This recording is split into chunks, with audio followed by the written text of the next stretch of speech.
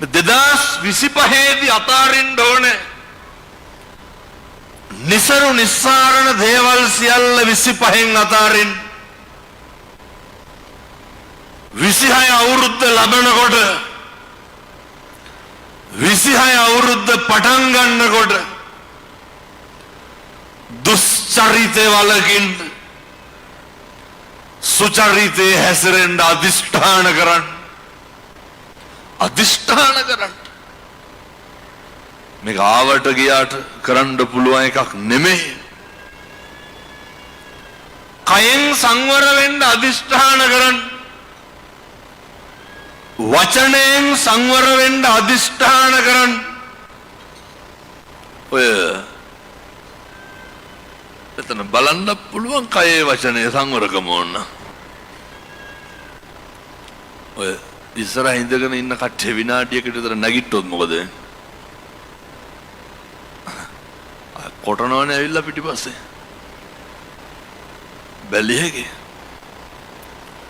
ඔය මම මේ අම්මලාට දොස්පරොස් කියනව නෙමෙයි හොඳ. ඔය මම බන තිබ්බ තැන කියන්නේ නැහැ. වෙනතුනි ගැහුවා.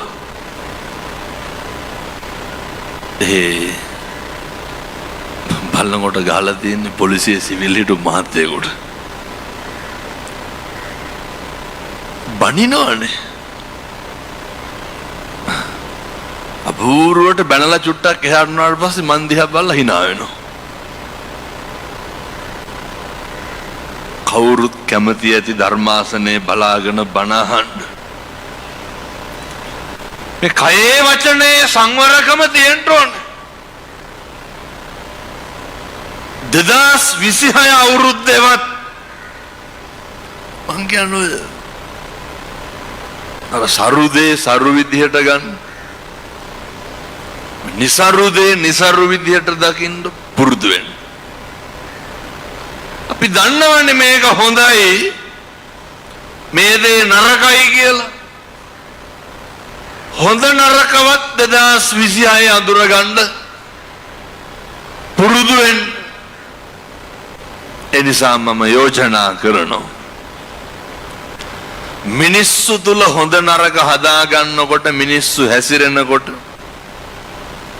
අපිට සිද්ධ වෙනවා සමහරක් වෙලාවට ඔය කම්පා වෙන්න.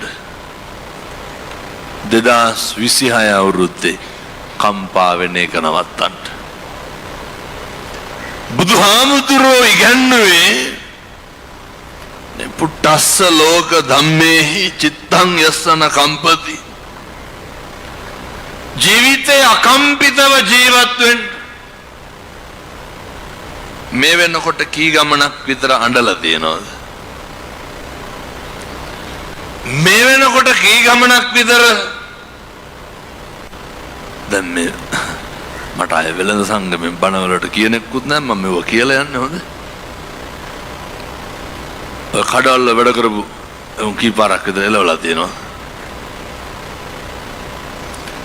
හරියන්නේ නැත්නම් එලවනවනේ නේ. එලවන්න නවතින්න කියනවා. දැන් බණ අහන ගමන් කල්පනා කරන්න ඕන හොඳ. ඒ කඩවල වල වැඩ කරන සේවකයෝ හින්දා කොච්චර කේන්ති ගිහිල්ලා තියෙනවා. යකු යන්නේ නැද්ද?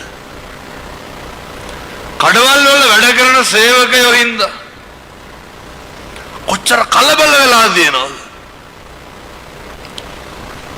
දැන් 2026 එනකොට හිතන්න ඕනේ මේ මොකටද මේ කලබල වෙන්නේ? කාගේ ලේ ටිකද පිච්චෙන්නේ? කාටද අකුසල් පිරෙන්නේ? හොඳට පුරුදු වෙන්න. එකටම කලබල වෙන්න නැතුව ජීවත් වෙන්න. ශික්ෂණයේ සංයමය කියන එක 26 අවුරුද්දේ හදාගන්න. ඔය ඇත්තටම අපි කටක් කරලා කුණුහරුපයක් කිව්වනම් කිව්වේ අපි හින්දාද අනුන් හින්දාද? ඔයත්තු කවදාවත් ඔයත්තුන්ට කුණුහරුපෙන් බැනගෙන තියෙනවද? මේ සමාජ ජීවත් වෙනකොට අපේ සිතුවිලි සමහර විට මේ පංචේන්ද්‍රියන්ම ක්‍රියාත්මක වෙන්නේ අනේකගේ වෙනස් වීමට. ජීවිතේ පුරුදු වෙන්න අනේකගේ වෙනස් වීම දරා ගන්න. අර හොඳට ඉන්නකම් හොඳයිනේ. අර කියනවනේ අපි කරනකම් විතරයි කියලා. යහපත් දේ සිද්ධ කරනකම් හොඳයි. අපි ගාව වැඩ කරන සේවකයොත් එහෙමනේ. අපිට හොඳට කඹරන තාක්කල් හොඳයි. පෙම්වතා වෙනස් වෙන්නේ නැද්ද? පෙම්වතිය වෙනස් වෙන්නේ නැද්ද? යාළුවෝ වෙනස් වෙන්නේ නැද්ද? ළඟින් හිටපු මිනිස්සු වෙනස් වෙලා නැද්ද? ඇයි මේ කාගේවත් වෙනස් වීම වලට අපි කම්පා වෙන්නේ? ඇයි මේ කාගේවත් වෙනස් වීම වලට අපි තුල ද්වේෂය ඇති කරගන්න? උදාහරණයක් විදිහට මේ පින්නතුන් කවදා හරි සැක කෙරුවා නම් සැක කෙරුවේ අපිවද අනුන්වද? කවදාවත් අපි අපිව සැක කරලා තියෙනවද? කාවද සැක කරන්නේ? වෙන කෙනෙක් නේ. වෙන කවුරුවත් කරන දෙයක් පිළිබඳව අපි සැක කරලා කුතුහලය, කනගාටුව, කම්පාව, වේදනාව, කලකිරීම, දුක, භය, ත්‍රාසය ඇති වෙන්නේ කාගෙද? අපේ. මොකටද? වෙන කවුරුවත් කරපු දෙයක් මේ හිතින් අපි ඒ ඇත්තොන්ව සැක කරලා මොකටද අපේ හිත අපි සොලවගන්නේ? අපි කම්පා වෙන්නේ මොකටද? දැන් ඔය උදාහරණයක් විදිහට ගෙවල් දොරවල් වලම බලන්න. මේකත් නිකන් මම අද කියනවට කරලා බලන්න. ඔබ කරන්නේ එහෙම නෑ හොඳේ කිව්වට. ගෙදර ගිහිල්ලා ඔක හොඳටම ඇවිස්සෙනවා අම්මලයි තාත්තලා හැබැයි. සමහරක් අම්මලාට තාත්තලාට මේක ලීලිලා තමයි කරන්න ඕනේ. එතකොට අරුන්දලා තවත් ඇවිස්සෙනවා. එක පාරම ෆෝන් එකෙන් කතා කර කර ඉඳලා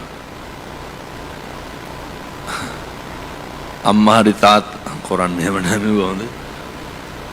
පවුල් පිටින් විනාශ වෙන්නේ වන්නේ. අත්දැක බලන්නවත් කරන්න එපා. අම්මා හරි තාත්තා හරි එනවා දැකලා නිකන් බොරුවට හරි කතා කර කර ඉඳලා එක පාරම කියන්නෝ කලබලෙන් අම්මා එනවා මං තියන්නම් කියලා. අරුන්දර බත් කන්න බෑනේ පහුදා ඉඳලා. ඇයි නෑ නිකන් මං කියනවට හොන්න බලන්නෝ. මිනිස්සුන්ට පුදුම රුදාවක් තියෙන්නේ මොනවාටද? අමේ කලබල වෙන්නෙම මොකේද? අර කවුරුවත් ෆෝන් එකෙන් කතා කර කර හිටියේනේ. ඔය ඔළුව නිදහස් කරගන්න. පුරව ගන්න එපා නුන්ගේ දේවල් වලින්. මගේ හිතේ සමාධිය, මගේ හිතේ සැනසීම අර කෝලිත උපතිස්ස පරිබ්‍රාජමේ කියදෙන සරියුත් මුගලන් මහරහතන් වහන්සේ ගිහි කල අර ගිරග්ග සමජ්ජය උලෙල සංවිධානය කරනවා. ඒක බලන්න යන් කියනවා කලකිරෙනවා. ඊට පස්සේ සංජය පරිබ්‍රාජිකයා ගාවට යනවා. එතන හරි ගියේ නැහැ. අවසානයේ අස්සජි මහරහතන් වහන්සේ හම්බෙලානේ අර ඒ ධම්මා හේතු පබවා බුදුහාමුදුරුවෝ මෙන්න මෙහෙම කිව්වාය කියන මේ ගාථාව ඇසූ පමණින් අර බලන්න નિසරු දේවල් નિසරු විදිහට ජීවිතේ දැක්කා. පොඩි යෝජනාවක් කරන්න පුළුවන් නම් මේවා කරලා බලන්න ඕනේ. පුළුවන් නම් නෙමෙයි ඉතින් මෙච්චර මහන්සියලා මේක කරපු එකේ තේරුමක් තියෙන්න බෑ. ඔයත් කරන්න මේවා. ඔය එක බණක් සංවිධානය කරපු මම තන කියන්නේ නෑ. ඒ සංවිධායක මණ්ඩලය එක්කහුව වෙලා එයත්න්ට හරි සතුට බණ හොඳට වුණා කියලා. පොලකම තමා හොඳේ. හිතුවට වඩා ලොකු පිරිසක් බණ අහන්න ඇවිල්ලා හන්දෑවේ හොඳට කෙලලා මේක තියාගෙන මට පොලිසිය මහත්තයා කිව්වේ බණ කියපුවාගේ. සති දෙක තුනකට පස්සේ පන්සලටත් ආව සතුට ප්‍රකාශ කරන්න. හෙන සතුටුයි. ඒ සතුට වුණාට නම් කමක් නැහැ. ඒක අර සමරපු විදිහ වැරදි. හෙට්ටි පොළ එහෙම නැතුව ඇති මං කියන්නේ. අනිත් තැන්වල වෙන දේවල්. අද නත්තල්නේ වහලන්නේ කලින් ගෙනල්ලා තිබ්බොත් තමයි. ඔය ඕන එක. පින්නතුනේ දවසට විනාඩි 10ක්වත් හෙට ඉඳන් අද එපා දැන් ඉතින් මහන්සිනේ. අපේ අම්මලා තාත්තලා සේරම තරුණ දුවලා පුතාලා කරන්න ඕනේ මේව. හොඳ දරුවෝ ඉන්නවනේ ගොඩක් බණ අහන්න ඇවිල්ලා. පුතේ විනාඩි 10ක් විතර අරගෙන දවසට මිනිස්සුන්ට විවේකයක් කියලා එකක් නැහැ. විනාඩි 10ක් විතර අරගෙන ටිකක් ඉඳගෙන කල්පනා කරන්න. කවුරු ගැනද? මම ගැන, තමන් ගැන. අර මගේ ඇත්ත මනුස්සයා එක්ක විනාඩි 10ක් විතර කතා කරන්න. විනාඩි 10ක් මම කවුද? මොකද කරන්නේ? මොකද්ද කරන්න ඕන කියලා. අපේ බිස්නස් එක පැත්තකින් තියලා, පවුල පැත්තකින් තියලා, ප්‍රශ්න ටික පැත්තකින් තියලා, සියල්ල පැත්තකින් තියලා විනාඩි 10ක් විතර ඔයත් එක්ක කතා කරන්න. මම කියනවට කරන්න පුදුම සැනසීමක් දැනෙනවා. අර මම එක්ක තනි වුණාම මං ගැන මං විතරනේ දන්නේ. මගේ ඇත්තම මනුස්සයා ගැන කවුද දන්නේ? දවස අන්තිමේට මතක් වෙන්න ඕනේ අපි ලෝකෙට මොන එදිරිවාදිකම්, මොන ගණන්කාරකම්, නම්බුකාරකම්, මොන මාන්නකාරකම්, සල්ලිකාරකම් තිබ්බත් අපි අපිත් එක්ක ජීවත් වෙනකොට හරි හුරතල් පින්නතුනේ. අපිට අපි එක්ක වෛරයක් තියෙනවද? නැහැ. අපි හරි ශාන්තයි. අපිට අපිත් එක්ක තරහක් නැහැ. එතකොට අපි හරි සැහැල්ලුයි. මට මම එක්ක එදිරිවාදිකමක් තියෙනවද? මට මං එක්ක බේරගන්න බැරි දෙයක් නැහැ. මම එක්ක ජීවත් වෙනකොට හරි පහසුයි පුතේ. ඒ ඉඳලා කල්පනා කරන්න. මම මොකද්ද කරන්නේ? මම මොකද්ද කරන්න ඕනේ? මම මොකක්ද මම වෙනුවෙන් කරන්නේ? මිනිස්සුන්ට තියෙන්න ඕනේ අර මරණ මංචකයේ එළවයි මෙලොවයි දෝලණය වෙනකොට දෙපැත්ත පේනකොට මට කියලා කරගත්ත දෙයක් තියෙන්න ඕනේ. මගේ සැනසීම පිණිස මෙන්න මේ දේ තියෙනවා කියලා තියෙන්න ඕනේ. මම යෝජනා කරන්නේ ඒකයි. වචනකින්වත් සංසාරෙ දිග්ගස ගන්න එපා. එක වචනකින්වත් නිර්වාණය ඈත් කරගන්න එපා. සංසාරේ කල්ප ගානක් දුක් විඳලා මනුෂ්‍ය ආත්ම භාවය ලබලා තියෙන්නේ. මේකෙන් හොඳට වැඩ ගන්න ඔය නිවන් දකින්න යන ගමනට අර්ථයක් එක්කව කරගන්න. මම මෙහෙම දේශනා කරන්න